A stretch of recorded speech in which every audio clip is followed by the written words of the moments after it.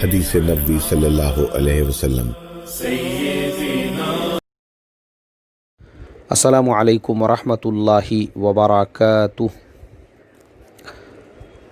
भाई, हमारे दावत का काम करने वाले जो साथी है और आम मुसलमान जिनको मरकज़ निज़ामुद्दीन से एक क़ल्बी ताल्लुक़ है, एक मोहब्बत है, कल दोपहर से जिस तरह की ख़बरें टीवी चैनलों के ऊपर दिखाई जा रही थी, उम्मत में एक तरह की बेचैनी थी। तो अल्हम्दुलिल्लाह रात में 1:30 बजे मैंने उसका पूरा ख़ुलासा किया। जब मेरे पास में वो लेटर पहुंच गए, हज़रत जी मौलाना साद साहब के फ़र्जंद मौली यूसुफ़ साहब के दस्तखत किए हुए, जो ऑलरेडी गवर्नमेंट को इन्फॉर्म किए गए थे, तो हमने 1:30 बजे वो सबक रिकॉर्ड करके अपने चैनल पे अपलोड किया। और अभी फ़जर की नमाज के बाद मैंने हमारे तमाम इस्लाह मुआशरा के मेंबरान को वो सबक ऑलरेडी भेज दिया हूँ। उसके बावजूद उम्मत के अंदर एक तरह की बेचैनी है।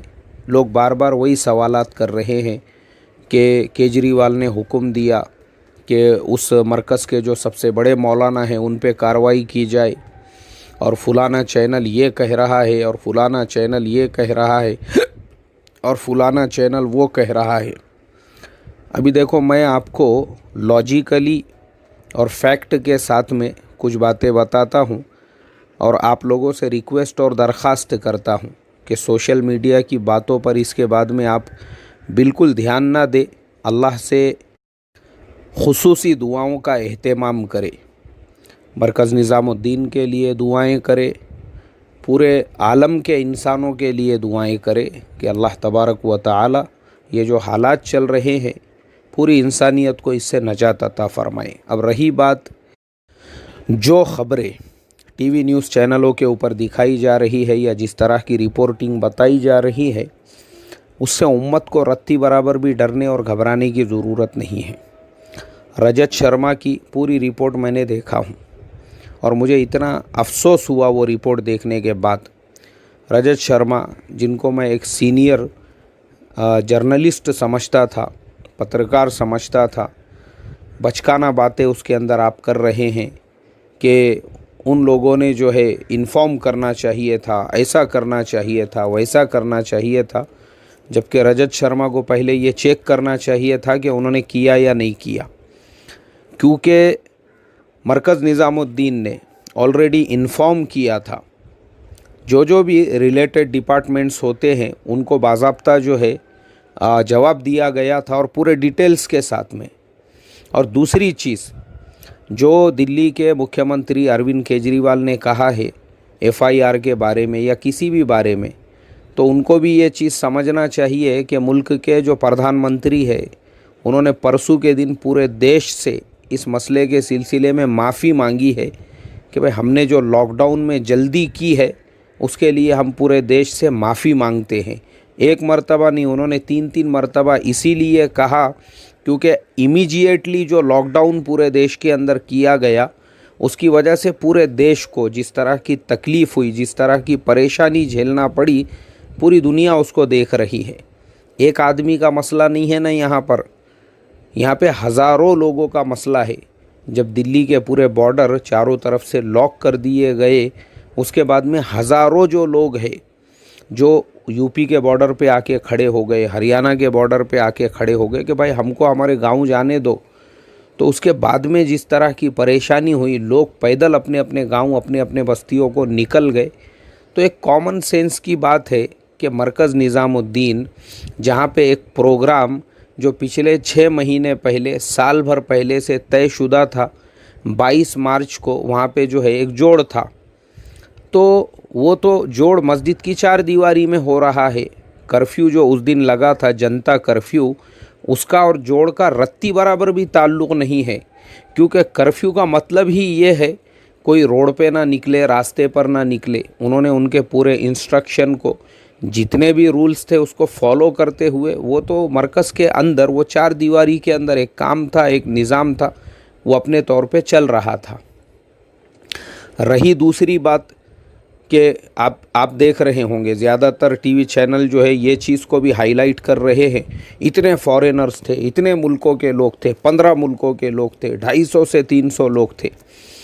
अरे भाई, ये कोई नई बात नहीं है। मरकज़ निज़ामुद्दीन के अंदर ये रोज़ाना का मामूल है, रोज़ाना का मामूल। बल्कि उल्टा इंडियन गवर्नमेंट ने निज़ामुद्दीन का शुक्रिया अदा करना चाहिए कि मरकज़ निज़ामुद्दीन की वजह से हर साल इस मुल्क के अंदर जो फॉरेनर्स आगरा का ताज महल देखने के लिए नहीं आते हैं, उससे ज़्यादा अल्हम्दुलिल्लाह मरकज़ निज़ामुद्दीन के अंदर आते हैं। तो ख़ुद गवर्नमेंट ने शुक्रिया अदा करना चाहिए कि तुम्हारी वजह से हमारा जो फ़ॉरेन रिवेन्यू है उसके अंदर बढ़ोतरी हो रही है। फॉरेनर्स हमारे देश में, हमारे मुल्क में जो आते हैं वो मरकज़ निज़ामुद्दीन की निस्बत पर आते हैं। गवर्नमेंट ने शुक्रिया अदा करना चाहिए। और तीसरी बात, मरकज़ निज़ामुद्दीन को कायम होकर ऐसे जुम्मा 8 दिन नहीं हुए हैं। 1925 और 26 उसके दरमियान में मरकज़ निज़ामुद्दीन के अंदर एक छोटी सी जो बंगले वाली मस्जिद थी, हज़रत जी मौलाना इलियास साहब रहमतुल्लाह अलैह ने दावत व तबलीग की बुनियाद रखे थे। आज इस चीज़ को मैं समझता हूँ तकरीबन 95 साल हो चुके हैं। 95 साल यानी 95 ईयर्स हो चुके हैं उस बात को, जब हज़रत मौलाना इलियास साहब रहमतुल्लाह अलैह ने इस मुबारक काम की बुनियाद रखे थे। मुल्क की आज़ादी से 22 साल पहले मरकज़ निज़ामुद्दीन के अंदर दावत व तबलीग के काम की बुनियाद पड़ चुकी थी। और अल्हम्दुलिल्लाह मुल्क जब आज़ाद हुआ उस वक्त भी मरकज़ निज़ामुद्दीन जिस जगह पे आज कायम व दायम है उसी जगह पे कायम व दायम रहा। लोगों ने पैर पकड़े पैर, हज़ार कोशिशें की गई कि जब मुल्क के 2 टुकड़े हो रहे हैं तो मरकज़ को पड़ोस के मुल्क में लेकर चलो, पाकिस्तान में लेकर चलो। लेकिन उस वक्त के हमारे हज़रत जी मौलाना यूसुफ़ साहब रहमतुल्लाह अलैह वो हयात थे और हज़रत शेख ज़करिया रहमतुल्लाह अलैह वो हयात थे। उन लोगों ने ये फ़ैसला किया कि दावत के काम की बुनियाद इस सरज़मीन के ऊपर पड़ी है, चाहे हालात कैसे भी रहो, काम करना है, इसी मुल्क के अंदर करना है। तो बहरहाल मुझे आपको शॉर्टकट में मरकज़ की ये तारीख़ बतानी पड़ी ताकि हर मुसलमान को भी ये पता चल सके कि मरकज़ को कुछ आज जुम्मा 8 दिन नहीं हो रहे हैं, 95 साल हो चुके हैं। तब से वो मरकज़ उसी जगह पर कायम है, दायम है। और हमारी दुआएं हैं इंशाअल्लाह क़यामत तक भी वो मरकज़ अपनी उसी जगह के ऊपर कायम और दायम रहेगा।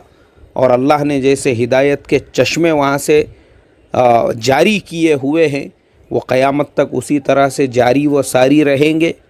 ये चलता रहेगा, ये सब मसाइल आते रहेंगे, क्योंकि ये मसला सिर्फ़ मरकज़ के लिए नहीं आया है, आज पूरी दुनिया उसको फेस कर रही है। हम देख रहे हैं अमेरिका का क्या हाल हो चुका है, पूरे यूरोपियन मुल्क परेशान हो चुके हैं। यहाँ तक कि हरमैन शरीफैन जो है वो बंद है। पूरे अरब मुल्कों के अंदर मस्जिदों में मुमानात हो चुकी है नमाज़ पढ़ने के लिए, लोगों को अपने अपने घरों में नमाज़ पढ़ने के लिए कहा जा रहा है। तो हालात पूरी दुनिया के अंदर, तो अब जब पूरी दुनिया इन हालात से मुतासिर हो चुकी है तो थोड़ा बहुत तो हमको भी थपेड़े लगेंगे। अल्लाह की तरफ से हम इसको इम्तिहान समझकर लेकर चलते रहेंगे।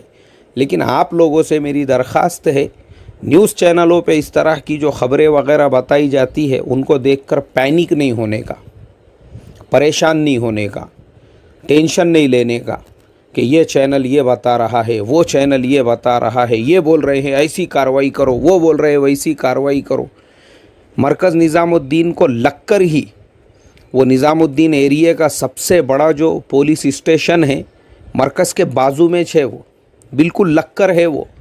यानी हालांकि वो जगह भी ख़ुद मरकज़ की ही है जिस जगह के ऊपर वो इतना बड़ा पुलिस स्टेशन कायम है, लेकिन उसकी अपनी एक अलग तारीख़ है। मरकज़ वालों ने जो है उनको माफ़ कर दी है वो ज़मीन। ये भी मरकज़ की बहुत बड़ी यानी उसाते क़ल्बी है। तो बहरहाल मेरा बताने का मकसद आप तमाम लोगों को यही है, ये ऐसी ख़बरें देख के घबराने की और उसकी ज़रूरत नहीं है, बाजू में ही है। और उन लोगों को रात दिन की पूरी एक्टिविटीज़ पता है। मरकज़ में सुबह में क्या होता है, शाम में क्या होता है, और फजर बाद क्या होता है, ईशा बाद क्या होता है, वो ये चैनल वालों को दुनिया को बताने की ज़रूरत नहीं है। और पुलिस वालों को ये बोलने की कि कार्रवाई की जाए, ये किया जाए, वो किया जाए। बाजू में लग के ही है मरकज़ को, इतना बड़ा पुलिस स्टेशन है।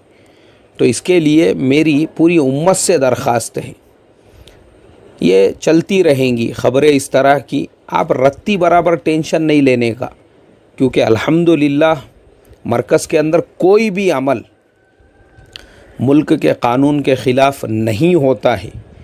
जब मुल्क की गवर्नमेंट ने लॉकडाउन किया, मरकज़ ने फ़ौरन जो एरिया के कमिश्नर थे और जो एरिया के कलेक्टर थे उनको बाज़ाब्ता तहरीरी तौर पर इन्फॉर्म किया, हमारे पास में जो है इतने इतने लोग हैं, जिसमें से इतने इंडियंस हैं, इतने फॉरेनर्स हैं। और जब उनको इत्तला दी गई, उसके बाद फिर पुलिस डिपार्टमेंट ने ही जितने जितने मुल्कों के लोग थे उन मुल्कों के एम्बेसीज़ को जाकर इत्तला दी, और एम्बेसीज़ के जो नुमाइंदे थे वो मरकज़ पहुँचे। हर एम्बेसी के, मलेशियन एम्बेसी के, इंडोनेशियन एम्बेसी के, और जहाँ जहाँ के भी थे, वहाँ के जो कॉन्सुलेट के लोग होते हैं वो अपने अपने मुल्कों के लोगों को मिलने के लिए वहाँ पे आए कि भाई ठीक है, अगर तुम लोग यहाँ पे सेफ़ है तो प्रॉब्लम नहीं है, जिस वक्त में प्लेन शुरू हो जाएंगे आपको वापस भेज दिया जाएगा। और रात में मुझे इत्तला मिली कि बहुत सारे मुल्कों के लोगों को तो प्राइवेट प्लेन से जो है वो रातों रात भेज भी दिया गया है। तो इसके लिए मेरे मोहतरम दोस्तों, मरकज़ का अपना एक निज़ाम है, अल्लाह ताला ऐसे ही पूरे आलम में वो निज़ाम को नहीं चला रहा है। सबसे बड़ी जो चीज़ है, जिस अल्लाह के दीन की मेहनत के लिए उस मरकज़ के अंदर इतनी फ़िक्रें हो रही है, और जिस अल्लाह ने उस सरज़मीन को कबूल कर लिया है दावत की मेहनत के लिए, और दुनिया के चप्पे चप्पे में जिस गोशे से अल्लाह के दीन की मेहनत पहुँच रही है, दोबारा मस्जिदें आबाद हो रही है, अल्लाह के नाम की आवाज़ें मुल्कों में गूंज रही है, भला ये कैसे हो सकता है कि अल्लाह तबारक व तआला उस बस्ती की हिफाजत ना करे, उस मरकज़ की हिफाजत ना करे। तो इसलिए मोहतरम दोस्तों, अल्लाह की खुसूसी मदद व नुसरत का मुआमला उस सरज़मीन से है। बस मेरी आप तमाम लोगों से दरख्वास्त है, दुआएँ करें, दुआएँ करें, दुआएँ करें। अल्लाह तबारक व तआला मरकज़ निज़ामुद्दीन की हिफाजत फ़रमाए, हमारे अकाबिरीन की हिफाजत फ़रमाए, हमारे बड़ों की हिफाजत फ़रमाए, और पूरे आलम की अल्लाह तबारक व तआला इस बीमारी से हिफाजत फ़रमा कर पूरी इंसानियत को इससे नजात अता फ़रमाए। अस्सलामु अलैकुम व रहमतुल्लाहि व बरकातुहू।